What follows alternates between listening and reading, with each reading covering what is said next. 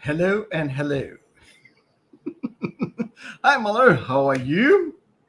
I'm very good. I'm very happy to take charge of this space with you again. I get to be with you, Ashok. I don't know whether you're happy. I'm happy, and I'm so glad we have sent Sham on a holiday earlier than expected. I know you're celebrating, and I know you can't say it. It is okay. I get it. So, good evening, Ashok. How are you? I am good. I am good. It's been a fun week. It's been an interesting week, and I'm excited actually for our next guest. Ah, and I know you have been singing praises of this next guest, whom I Yes, didn't have the privilege to meet. But you but today singing you praises will. of her was enough, except for the last 5 minutes I was with her. So introduce her to us All right. before we. So official titles and all. Seetha Cristian, she is a head of change and transformation with Standard Chartered Bank. Right. That's the official one. But really, what's interesting about her, starting with her voice, actually, she's got such an enchanting voice. Puts me to. It's so hypnotizing in that sense. No, she's got a great voice. But it's just about her clarity of who she is, how she brings herself to her role as a head of change, and how she then impacts lives not only within the organizations but outside of it also. You know, but the change or transformation platform allows her to impact many people, and that's what I found very interesting. Anyway, I don't want to spoil the plot, right? So let's bring her in. Okay, I now remember you like her voice. That's right. Hi, Hello. hi, Hi, Sita. hi, Sita. Hello. Nice to meet all of you. Hopefully there's no pressure on me. I'm No, supposed no, to no have No, a no, pressure. no. Not You at have all. your voice, and that's enough for Ashok. nice, So nice. Thank you for having me. yeah, among the three of us, that's me, Sham, and Ashok. Ashok is the Zen one. Right. So you know how grateful Ashok is to meet you because finally he gets to breathe well, be present. So welcome to our show, Sita. I've not really met you, but I must say that as much as I want to disagree with Ashok, I know he is right.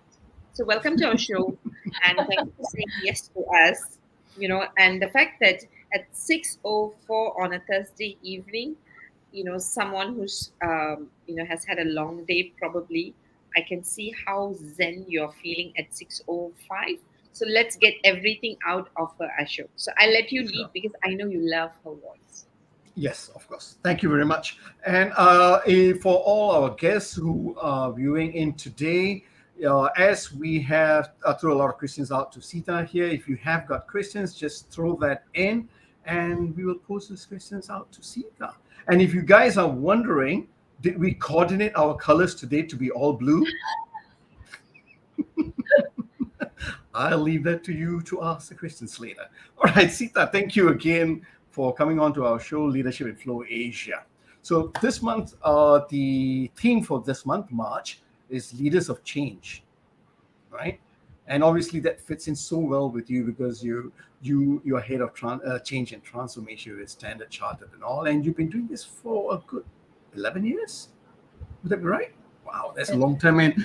And I can just imagine, because personally having been, I have dealt with a lot of change agents and all, and I can, most of the time I hear a lot of frustrations, but you're always like very calm. This is easy peasy, or at least you made it look easy peasy, right? But tell me, what's your attraction about transformational projects? What's your attraction?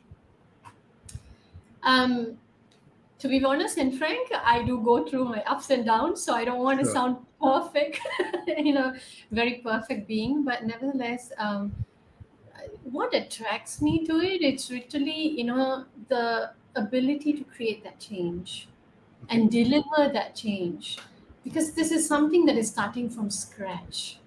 It Okay. creates so many opportunities. Of course, there is a lot of fear when it comes to change, to be very honest. I'll have to be very honest.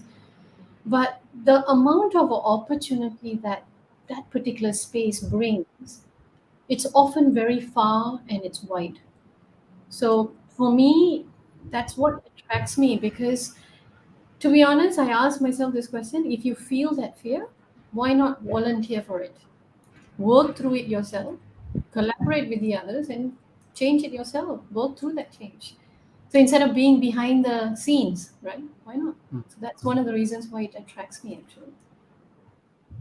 Did you just say when you face a fear, did you just say volunteer Exactly. to face a fear? Yes, because you see, I'm a person that Malar, I can hear you.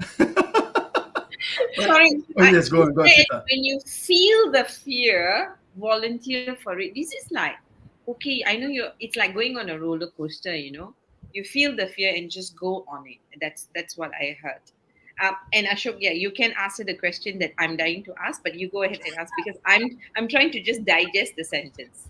Sure. Feel the fear and volunteer. Can you share with us how do you do that? And why do you do that? Let's start with why you do that first and then how you do that. see the thing is, why is because first of all, the fear comes up because I don't know something. There is Okay. definitely a gap in my knowledge. So that Okay. is creating a hell lot of fear in me. And something is making me uncomfortable. So I want to uncover that. So wouldn't you volunteer for it, explore, experiment, touch it, experiment it, and see if is it something really bad? Is it something that is really going to, affect you? I would rather know what is happening than not know what is happening, to be very frank.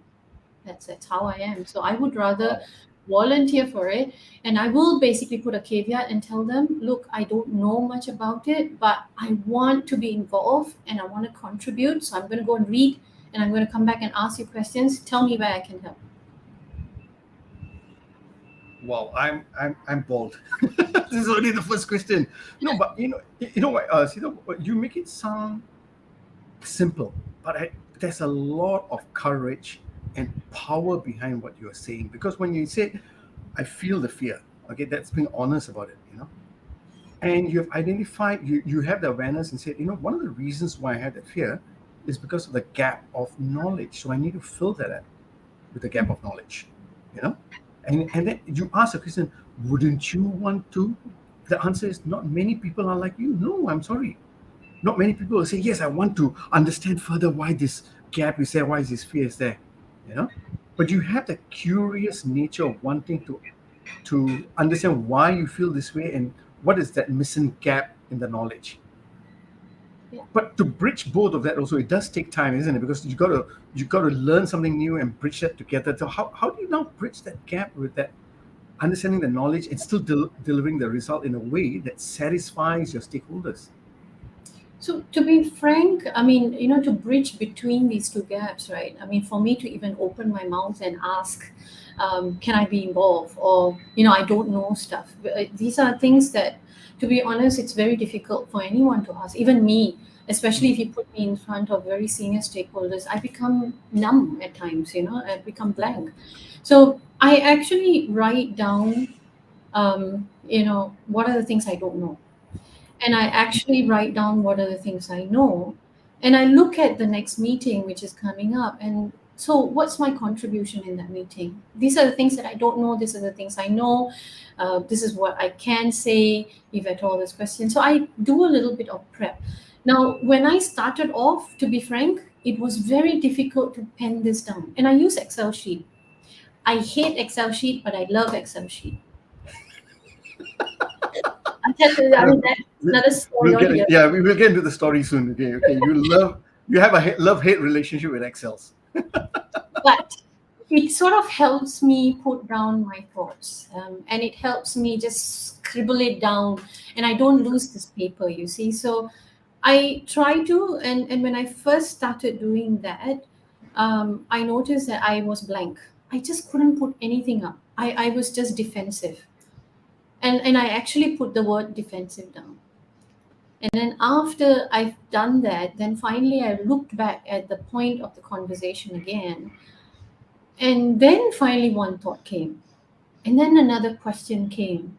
And I started literally, putting these points as a preparation for my meetings, for asking the questions, for being involved in areas that I don't know, for even raising fears. How do I want to raise this? And how do I want to put up my hands? How does it look like? So all this sort of came from there. This is one of the things that helped me bridge between completely having that fear up to the fact that I can volunteer myself finally, and can tell them that I'm volunteering myself, yes, but these are things that I don't know, but I'm willing to work through with you, and I want to do it. I think that particular bridge allowed me to sort of have that conversation within myself and accept myself for the gap that I have, to be honest. And would you say that was the most important part before you actually had a conversation with your stakeholders, having that personal conversation? Very true. Because at the end of the day, anyone can ask anything. And to be honest, right, being in that particular same position and talking to very senior stakeholders, oh my God, they can ask anything, right? Right. You don't have answers for everything. Right. So how do I deal with it? Yeah. And it was very clear, because when you wrote down the word defensive, number one, not many people will want to admit that.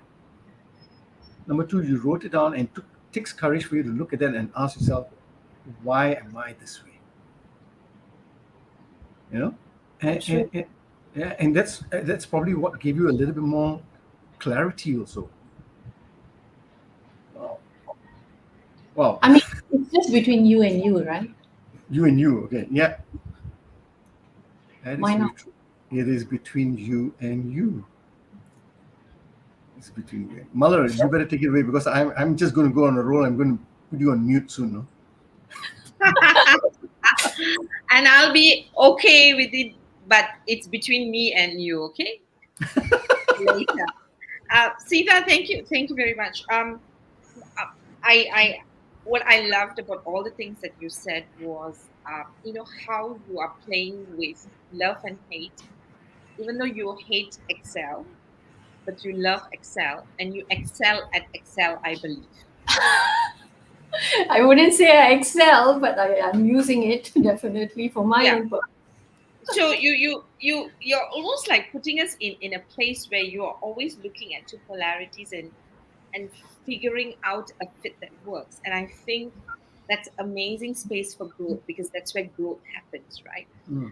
But what I was really very intrigued is, you said, how you volunteer. So one is recognizing your fear, that I'm fearful, and what that fear means in your world. The fear in your world means, oh, these are things I don't know. I don't know how to do. I don't know about this, so I'm scared. I'm fear of the unknown, right? Okay. And since I am fearful of it and I know what I now don't know, why don't I just go and figure it out, right? So you volunteer for it, is what you said. And you also spoke about how you prepare for volunteering, i.e., you look at the questions, the things that you know, and the questions, the things that you don't know, and how you are then going to contribute. So, how are you going to add value? Because you know this and you don't know this, but this is how I'm going to add value. So, all that was fascinating. But the most fascinating thing, you say all of this, and then you said, there are some things that's difficult to ask, and you say you go numb. And I'd love to explore a little bit more about numbness here, right? So help us understand, right? Because on one hand, you are very courageous, very courageous. On the other hand, you are acknowledging the difficult to ask. I understand you're making the preparation. How do you know? How would you help us understand how numbness feel in your space? Hmm. Very interesting question. So, numbness to me comes in a form of shock. Numbness to me also comes in a form where I react emotionally. Everything spills over. You see a mad woman. Um, Numbness also comes in a form of, where the thoughts are running like wild horses in my head and I can't stop them. And there's just so much palpitation. And it's just all of a sudden I'm in a rush. All of a sudden there is panic. That's what numbness looked like for me. Okay. So what I'm hearing is you begin to recognize how overwhelmed you feel, because I think I might use the word overwhelmed because all that you said was a lot of overwhelming stuff, right? And and because you're choosing to use the word numb, I just want to explore it a little bit more, because numb must mean something to you. So when you're overwhelmed, what do you think you're numbing yourself from? Sorry, can you repeat that question? I just lost you a little bit. Okay, so what you're saying to me sounds like when you're overwhelmed, because you say you're emotional, you can't think very well, things are all over the place, right? But the word you use is not overwhelmed. The word that you use was numb. Okay, so it Mm. seems to me, and I could be wrong, and then I'm just wondering, right? So it seems to me that when all of this happened to us, and this happens to us, to many of us all the time, right? A lot of times, when that overwhelming sense of being overwhelmed happens, and you are saying it's numb for you, what I'm wondering, what is it that you're numbing when you're overwhelmed? I numb responses. I Ah, numb reactions. So this is how it actually comes out. To be honest. And it's an internal battle, rather. Mm. And so, okay, so what you're saying is that you're not able to respond in Sita's usual style. Is that correct? That's correct. Okay. And so when you do this, can I then say this is where you feel stuck? Many of the times, yes. Yes. All right. And that's why, we have chosen the topic getting unstuck to drive Unstuck. transformation, right? Exactly. Yeah. Yeah. Yeah, that's Yeah. fantastic. Uh, Ashok, I'm still with you. That's still my turn. Okay. Sure. I love doing this. Okay, so help us understand, right? Now that you've taken us through the journey, because on one hand you're courageous, but on the other hand you're dealing with so much overwhelming emotions, and you know very clearly that you want to respond to the situation that requires, what you have to offer, right? So when you go through this journey, what were some of your biggest pain? From being stuck to being unstuck. Would you be able to share with us? No problem. Some of the things that I can think of right away is basically, when you're going through any journey or any change, fear is something that does not spare anybody. So the moment we face fear, some of us, very few of us, are able to accept it and then elevate that fear little by little with any actions. But to be very honest with you, it's very, very difficult. So the biggest pain I went through was the fear of having, for not, or fear of not having a job, fear of not being recognized or unsupported. Another biggest pain is the one that I inflicted on myself is being misjudged for not doing anything. This is when questions like, "So what do you do?" comes up, and this really, really ticks me off, to be very frank. And then also there are situations which most of the time all of us face is when others take credit for the work that you do. So what happens is it creates an assumption, a mode of panic, and to me, I find that my work deteriorates. Okay, this is purely based on my own self-assessment, and the piece just floods. So I notice I also spend less and less in time with my family. When you're actually in it, it feels like as if you're in a really deep dark hole, and it feels so real, and you're not able to see any practicality after that. Okay. When Okay. you're in this deep dark hole, what's the first thing you do to get some light? I guess throughout the journey, when I found myself into a dark hole, to I mean, initially it was very difficult to ask for help. Okay, it was very very difficult, um, and I found it very embarrassing to ask for help as well. Okay, and I felt at my position I should have all the answers, or I should, but unfortunately I don't. So that's when, to take some relief, I actually reached out to a coach. Now I'm a coach myself, Mhm. but I reached out to a coach to coach help another coach, and we do this often, by the way. And that sort of helped me declutter all the thoughts that I have. This wild horses that are literally running in my head, right? Understand what I really, really want, which at that point is usually super difficult because the emotions are running wild. Yeah. And I started putting down things on paper. So once I had that bit of clarity, my go-to is often once I have that on paper and I have that on, and I have a bit more clarity, I actually leave it aside, um, spend my time with my family, and try to lock these thoughts away. And to be frank, it really allows you that space, and you have the right to it. It brings a lot of perspective and clarity because you're literally literally unplugging. Sure. And I use and force myself to unplug after that, meditate and introspect.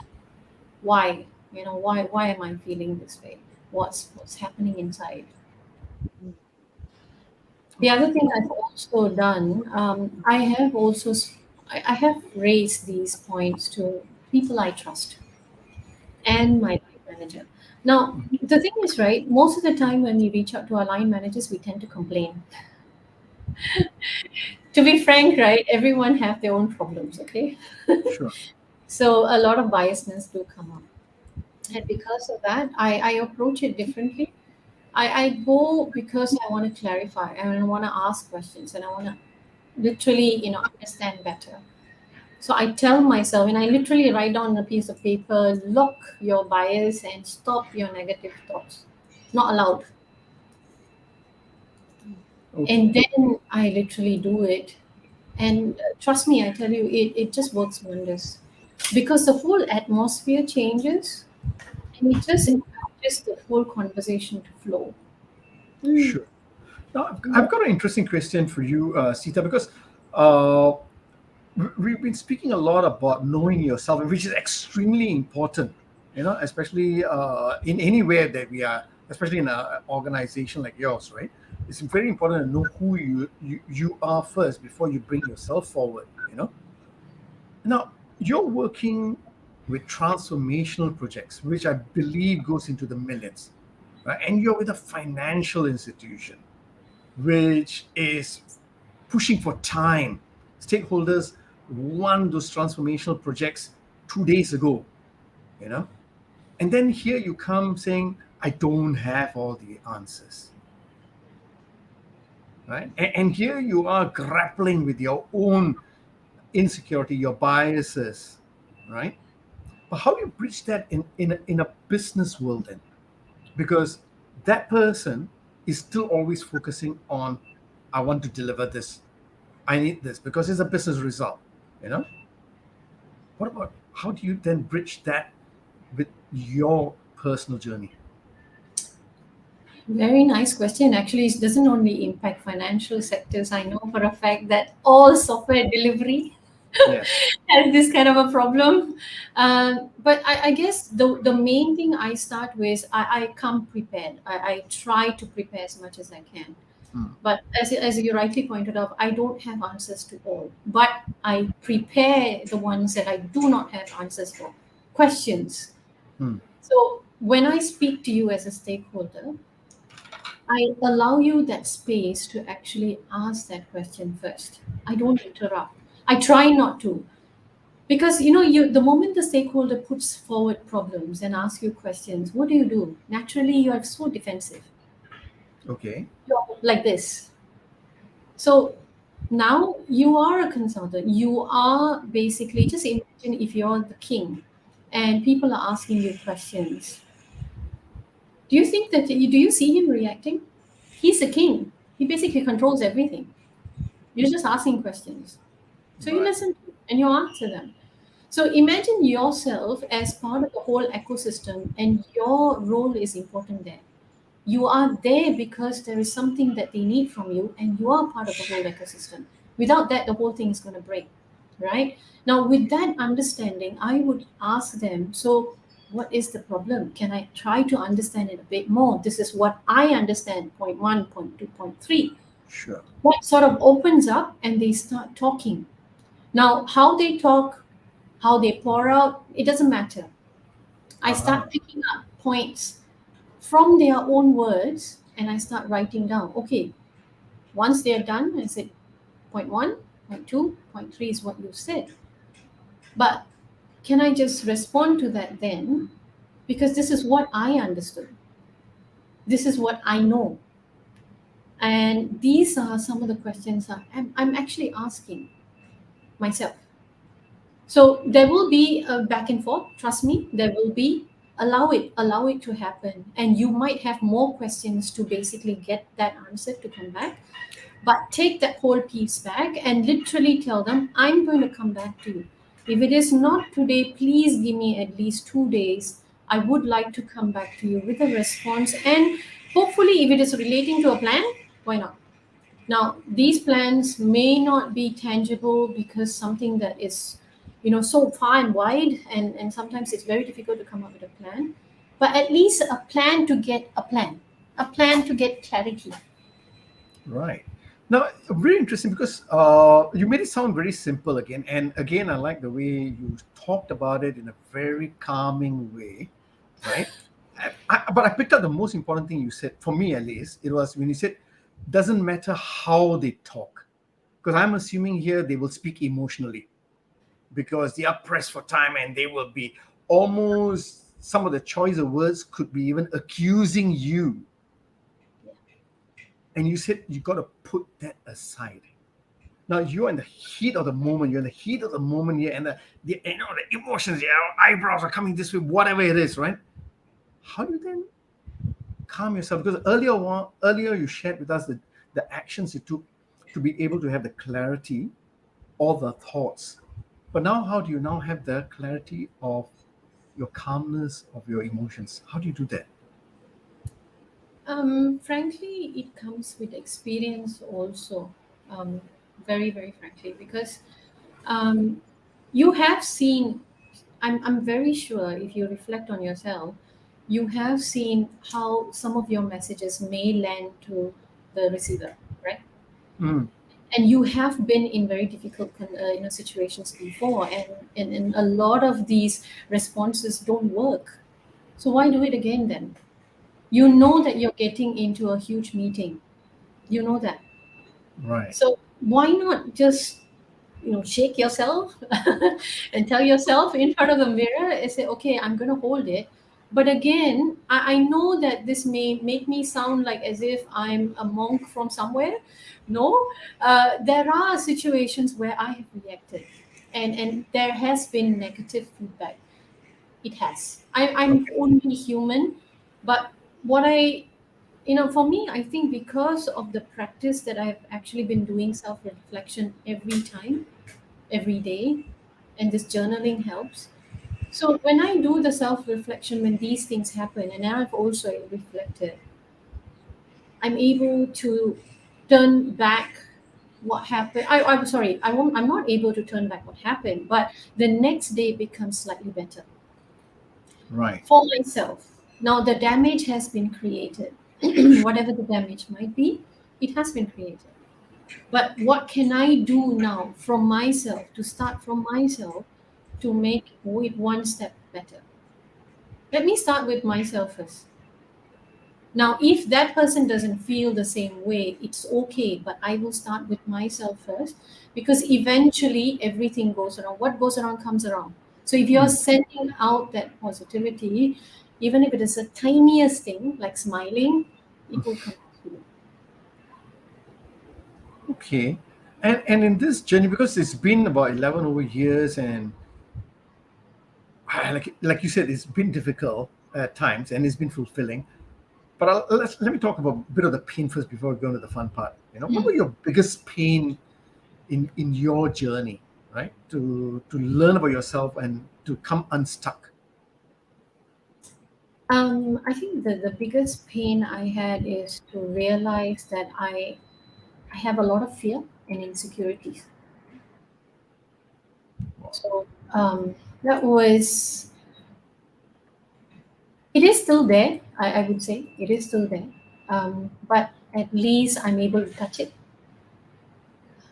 To a certain extent, I'm able to, well, accept it to a certain extent. Still working on it. But at least face it. It comes up to me, and okay, all right, that's my insecurity. Wow. It is not easy what you just said. But thank you for being so authentic in that sense. And Mala is itching to get in here. You know.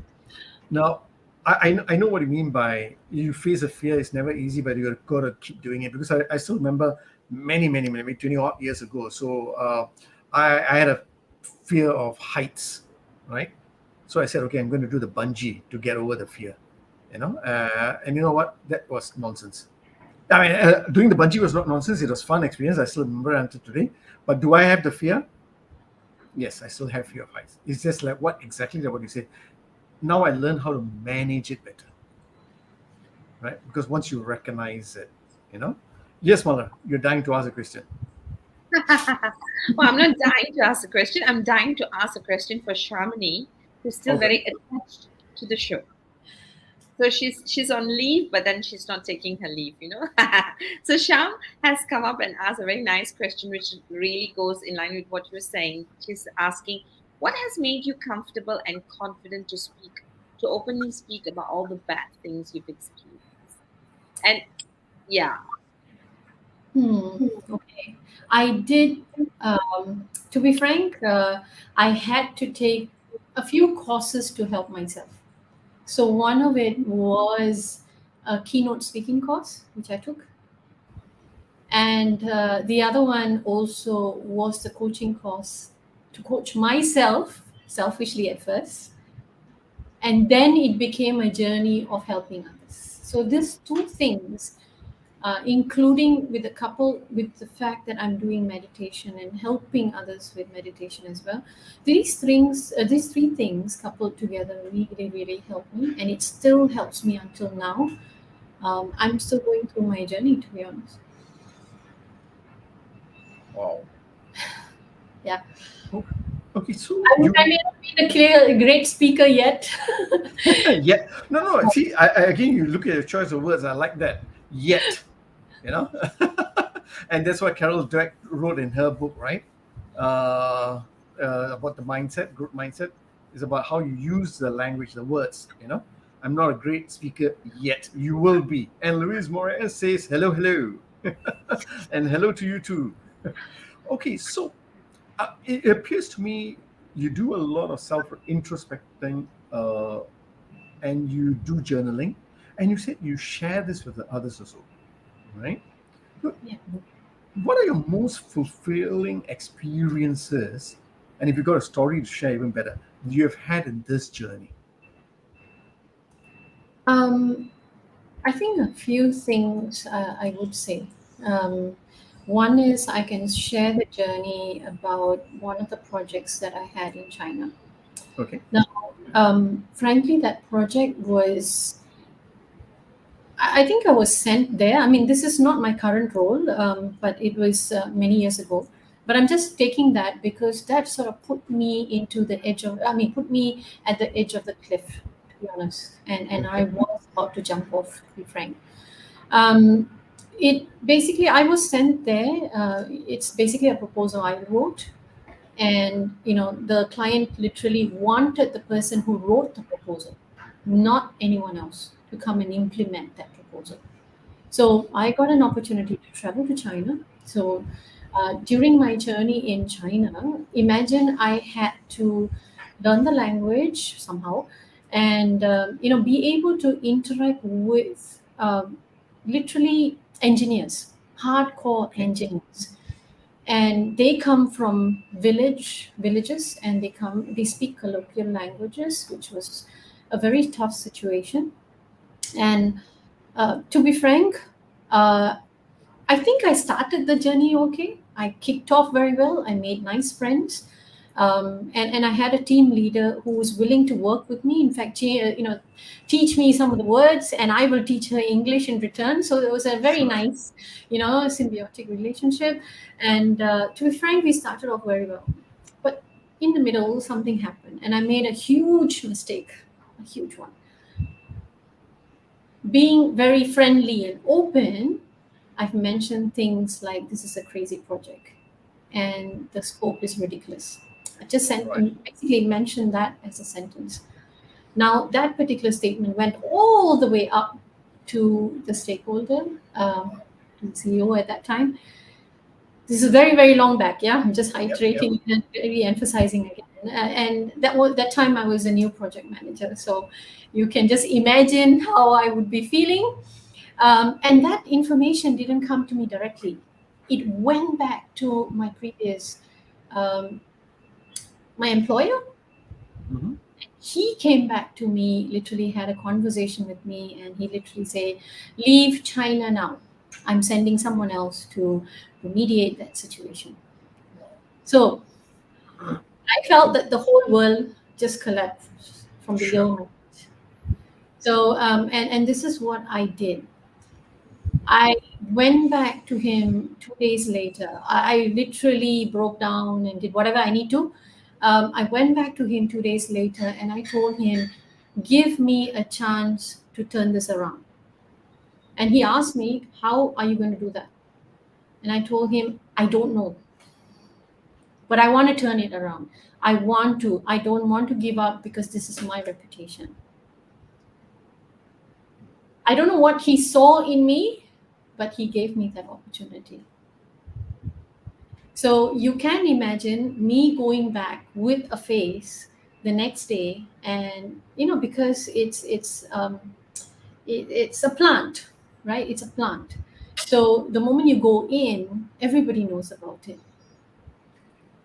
So imagine how you need to keep a straight face and go in and talk to people like as if there's nothing happening, but in actual fact, you're literally shrinking inside.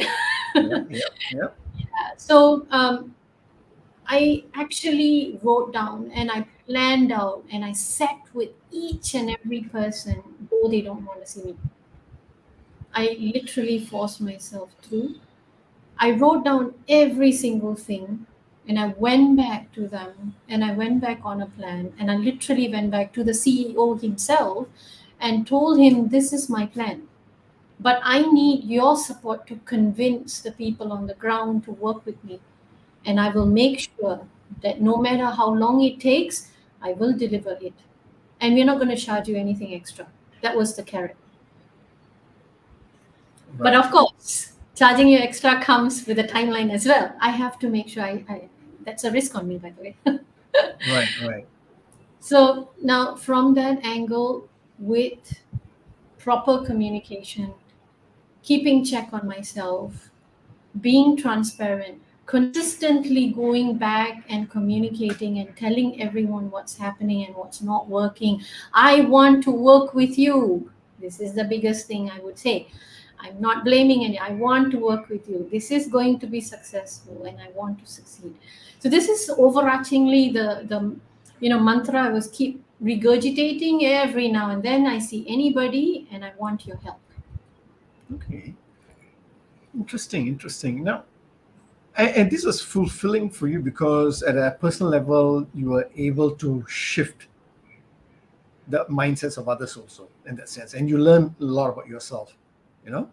Now, at the current moment, Sita, do you lead a team? Yep. And I can imagine people who come into the change space also, right? There are a lot of skill sets that they require because you have to deal with stakeholders right up to project management skills, and have the agile mindset to be able to deliver the projects and all. Now, Mhm. what are your secrets on how you lead a successful team? Because you've been there 11 years, you've got a lot of experience. How are you leading your team to deliver the results or get to know themselves and deliver the results? Hmm. Immediately, what I can say is I listen to them actively, very much. And this time you spend with them, it's like spending time with your family, okay? You can't be distracted typing emails. Oh, wait, because somebody's calling me, kind of thing. You can't do that because the moment you do that, it almost immediately strikes off or cuts away the communication between your team members. Okay. I talk to them, they talk to me, and the thing is, I'm always there the moment they ping me. Even if they message me late at night, I'm always there. I think the biggest thing that I would say worked for them is me listening to them. Mhm.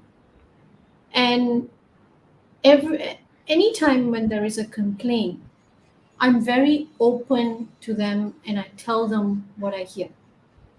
But of course, I don't come in a form of accusation. I try to put the facts directly on the table. But I tell them this is what it is. I'm telling you this because I trust you a lot. And you're part of my team. I will protect you no matter what. But how can we help each other? How can we change the way people are looking at us? I would stand by it, spending time with them and listening to them. And at the same time, right, if you find that there are things that you are doing which is quite, makes things work faster for you, share with them. We have this team huddles where we just literally say thank you. Right. And we have like once in a month, we have this thank you period where we send thank you notes to people, and we just want to understand, this is something that we you did, and it had an impact on me. Okay. So, from a stakeholder's point of view, are they more confident about Sita, the head, or the team? And what's your focus? Initially in my journey, it was mainly Sita. Thank They you for being felt honest. comfortably because they saw me and they know that when you give her something, she will deliver it. Okay. I have consciously taken a back seat for the past 2 years now. Okay. And I am literally placing my team forward and giving them the opportunity to revert back, nudging them sometimes when I feel, oh, why there's no response? Do you need help? So I nudge them. I don't reply all. I want them to come up and tell me, or want them to come up and tell everyone this is what Everyone. they. And I've also made it a compulsory thing that they need to have a discussion with the stakeholders by themselves. Schedule a meeting with each one of them, get to know them, and tell them, hey, this is what I'm doing, this is what I've done, or how are you? Can I have coffee with you? This is something that I'm mandating for them to do. Nice. Nice. Now, you said 2 years ago you consciously did it. Now, 2 years ago we were still in the midst of pandemic and all. So I'm making some assumptions here. We're still working from home virtually and all of that. Yes. And in the midst of that hurricane, in the eye of the storm, you made a decision to embolden your team. And I What don't drove you regret. to that? what drove you to that decision? I mean, we work with, I mean, all of us are in a position right now, even today, where we work from home. We work with stakeholders who are across the sea, different places, sometimes even next door to your house, but sometimes you don't see them in the office that often. Right? Yeah. So, to be frank, physical presence should not be a boundary wherever you work from, whoever you're meeting, because you might have offshore centers in India or China or wherever, right? This is the current setup, the current model. So what's stopping you, pandemic or not? Why can't you just pick up the phone and instead of stop sending me emails? All of us are flooded with emails. Oh my god, 1,000 over emails. So why not just pick up the phone and call? There's so many communication tools, right? Why not? Right. And I guess my question was, in the 2 years is where you said you want your team to start taking more responsibility in that sense, and you wanted to be at the back seat. What was that reason? I mean, you could have done it 5 years ago, but 2 years ago, what came across your mind? They said, no, now is the time. Mother, after this, you. What came up is literally, you're doing everything. You're the single point of failure, or there's no backup, in other words. Nice. So it made me realize, oh my God, am I really the leader I aspire to be? Of course, there's always someone who's coming and asking me, I mean, what if you don't get visibility? What happens then? Because your team is doing, people might easily come and ask you, so what are you doing? Previously, that kind of question used to tick me off, and sometimes even creates fear. But you know what? To be frank, at this stage, I'm very proud. Just like imagine, right? Your kids are doing so well, and suddenly when you go out in the streets and literally say, "Do you know your daughter did this for me?" Wow, you know how that makes you feel so proud. Of course, it has to be a good thing, okay, not a bad thing. But nevertheless, I mean, you get it, right? I mean, imagine if someone literally says, so and so is doing so well. That's right. And for you, the visibility is there. Why I'm saying that? You don't sit on your backside doing nothing. Mm-hmm. You have to have communication with your stakeholders. Why are you stopping that? You are looking at it from a different level. Your team member is looking at it from a different level. So your views and angles are different. Why not? Nice. Okay. Yes, well. Ashok, you said Ashok. I know. Ashok, Okay, Ashok, I'll you're keep done. it. I'll keep it. I just have one burning question, and then you can have Seetha to yourself before we close. All right. I've never seen Ashok on a roll like this, like so controlling, not wanting to give up. So yeah. So it's really, I mean, I think Ashok, one of those things that I'm listening to you, right? And I'm very curious about is that it seems to me, please correct me if I'm wrong, it seems to me that when it came to transformational change or leading change in the stories that you told, right, it seems like you practice personal leadership. You let yourself into it. You volunteered. You faced your fear.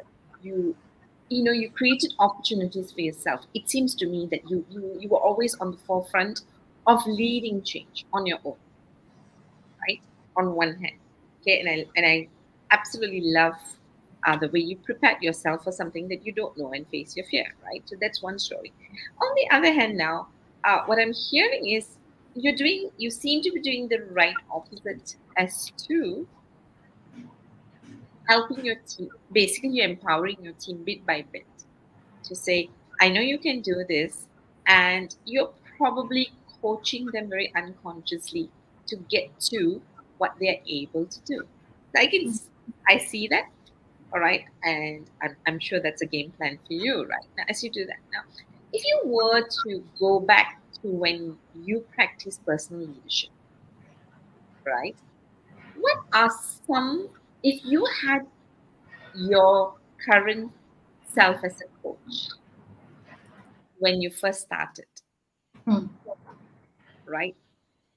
One is, what are some things that you think you would have done differently better, i.e., maybe less mistakes, learning mistakes, and how would that have impacted as a leader?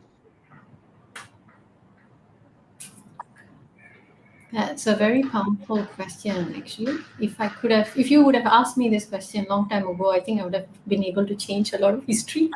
But I mean, jokes aside, if I could have changed at that point, I think the one thing that I could have done to make things better would be to reflect on myself deeper, take a deep breath, and space out. Give myself the space. I did not. Because it was an immediate reaction for me. If I would have taken that space, it would have immediately created opportunities for me to see the gaps clearly and also to even look at possibilities of learning. Because now, when I think about it, why didn't I learn that 3 years back or 4 years back? How is it that I'm just learning now? You know what I mean? I could have gone for this course a lot earlier. It just didn't occur to me. So if I had given that space, and if I had reached out earlier instead of always assuming things because I had that negative feeling inside, I felt that these things would have changed a lot. Yeah, I'm going to just stop you there because I think my question wasn't clear.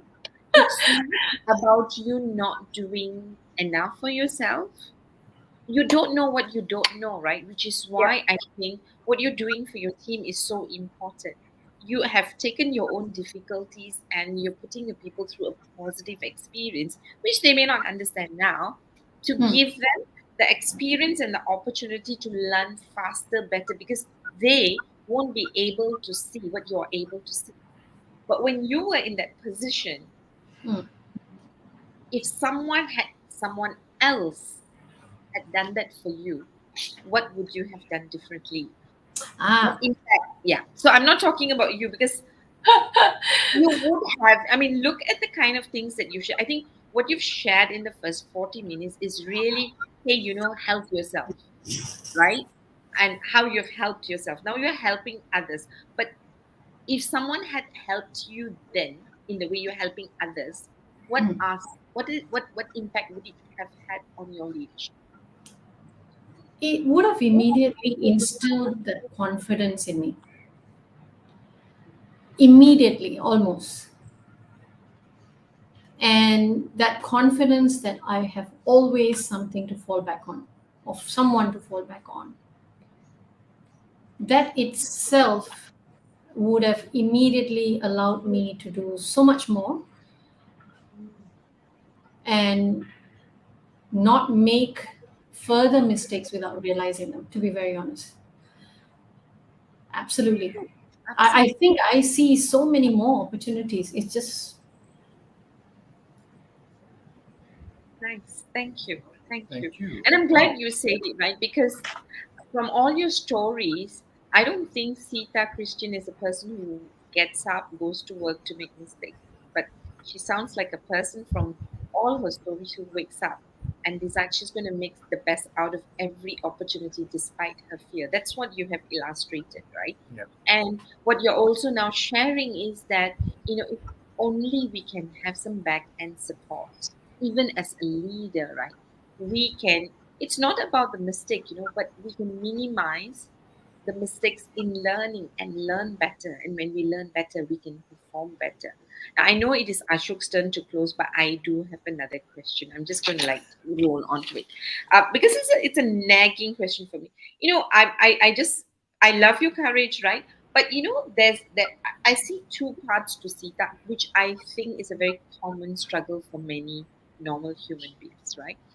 You put up a brave front, yeah, but you shrink yourself, right? Even in absolutely. the experience of China, I'm like disturbed by the experience of China because the mistake you made seems very normal, human, young thing to do. To say things that you feel, but you're acting differently. You're being responsible towards the project, right? Now, first and foremost, I think for you to accept that as a mistake, and number two, being responsible for it after a punitive action is taken. How do you reconcile within when you are feeling like this and behaving like that? What do you do to reconcile as a person? That's a very difficult question, Malar. Very, very difficult question, because reconciling and accepting with your own self, oh my God, it's worse than literally climbing the highest mountain, or even fighting with the scariest stakeholder. Goodness gracious, you're even more scarier than anyone else. I'm more scarier than anyone else. So frankly, it took me some time, and I had to talk it out, because at the end of the day, it was such a nagging feeling that it was rotting inside. And I found that at one point in time, I am not moving forward anymore. No way. I'm stuck in that same position. I'm not talking about work, but internally, I just feel it's not moving. And I carry this negative feeling in different ways, because it will come out one way or another when situations take place, right? So, what happens then? I finally realized that, I speak a lot to my husband. He is literally my sounding board. And I tell you, without him, I don't know what I will do. So surrounding, I think I'm realizing this in a later stage. I had people with me, surrounding myself with positive people. I mean, people who support you. Okay, I had two of them who supported me, and I reached out to them for help, though they have absolutely no clue what I'm talking about, but they heard me. That basically made truckloads of difference. Thank you. Thank you. You know what? This session has been really uplifting in many, many ways. No, seriously, seriously, because you've been very authentic and courageous enough to share with us. You know, and we get you in that sense. The pain of that journey, and how you have that acceptance and reconciliation. And you said that takes a lot of courage to accept and reconcile with yourself. Now, in closing, I just want to ask you this one last question, but a bit more of the business world. Now, there are a lot of people who come and try to lead change within the organization or so, and all the time, if you go in Google about change, the first thing you always hear is change is difficult, difficult, difficult, difficult, difficult, and I think that narrative just kills everything, right? But based on your experience, what is the one advice as a closing that you can give for people who are trying to drive change transformations in organizations, for change agents? What would your advice be? I think immediately would be, if you know something is changing, don't listen to rumors. That's one. Second is, go and ask questions. Go and ask questions, and don't be shy about it. Let it come out in the open. Don't assume anything, because there's always an assumption. There's always a biasness that will create so much fear. Now, if you've got an answer, come back and reflect on it. So, what's the impact for me now? Is it big, small? What? What is it? Be very, very specific, whether you like it or not. Be specific. And after that, tell yourself, is there something that I can do myself now, including volunteering, including getting involved, including asking questions, including being a typist or a minute taker, whatever, I don't care. Just, can I do something with myself in that situation? If you can answer these few questions, trust me, the next will flow through. The next will. Right, right. So your advice is, when you're in the thick of a situation, if you are the change agent or so, don't just listen to rumors, ask to clarify, don't make any assumptions. Make sure you reflect on it and ask yourself, what can I do in this area, right? Okay, with that, thank you very much, Seetha, for your time. and your deep level of sharing about your personal leadership and how you are now even developing your people to help meet business results, right? Thank you very much. And we are very grateful for you saying yes to us. Do you have any last words for us before we say goodbye? Thank you for having me. Thank you for allowing me to share. It is a passion, and I do hope that it makes all those out there feel better. Well, I'm two of us are definitely feeling better, and I'm sure Sham is feeling better, and I'm sure the rest of the world on LinkedIn that has been very quiet has also their lives have been enriched. So, thank you for saying yes, and thank Thank you you. for speaking from deep within your. Right. You are Thank you. most welcome. All right. So, as we say bye, Ashok, Wow. I'm going to that was heavy. volunteer. I'm Hmm? going to volunteer and face my fear. No, it's You do that. powerful. It's powerful. Yeah. Very good learnings about personal leadership, and I think she's given a lot of nuggets about personal leadership, which is extremely important because that's a space that you bring yourself into an organization. So thank you very much for that. Sorry, I accidentally put that up. No worries. So, No worries. thank you. Yeah, Thank you. so you did, in academy when we go beyond 30 seconds, the acceptance speech, the music. Yeah, you just did that. Thank you very much. I get the picture. Bye. It was a mistake, but if you take it personally, I can understand because you've just spoken to Seetha, and we know we can recover. We can make recovery with this, right? So, thank you, Ashok. Thank you, And as Mallory. we say goodbye, and we will be meeting next week again with Next week. another interesting guest. So, for those who have joined us, thank you, and for those who are going to listen or watch this later, well, please remember to subscribe to our YouTube and Spotify, and ask us questions so that we can bring that on to our speakers. As we say that, stay well until we see you next week. This is Malars signing off from Malaysia, and And Ashok from Singapore. Take care and have a great weekend. bye. Bye bye.